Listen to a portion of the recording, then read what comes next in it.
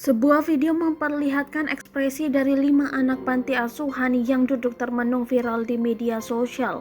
Mereka duduk berjejer hingga suatu ketika ada yang membawakan mainan dan mereka lari kegirangan. Video tersebut seketika viral di media sosial. Pertama kali diunggah oleh akun TikTok @yayasanpedulikasi_KNDCH. Setelah diunggah akun TikTok, video tersebut banyak berseliweran di media sosial Instagram. Sebanyak 5 anak begitu kegirangan saat diberikan mainan baru. Tak hanya 5 anak tersebut, ada pula anak-anak lainnya yang begitu kegirangan mendapatkan mainan. Bahkan mereka sampai mengacungkan tangan untuk bisa diberikan mainan.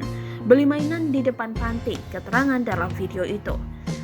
Atas video tersebut, banyak yang begitu terharu melihat ekspresi kegirangan dari anak-anak panti asuhan.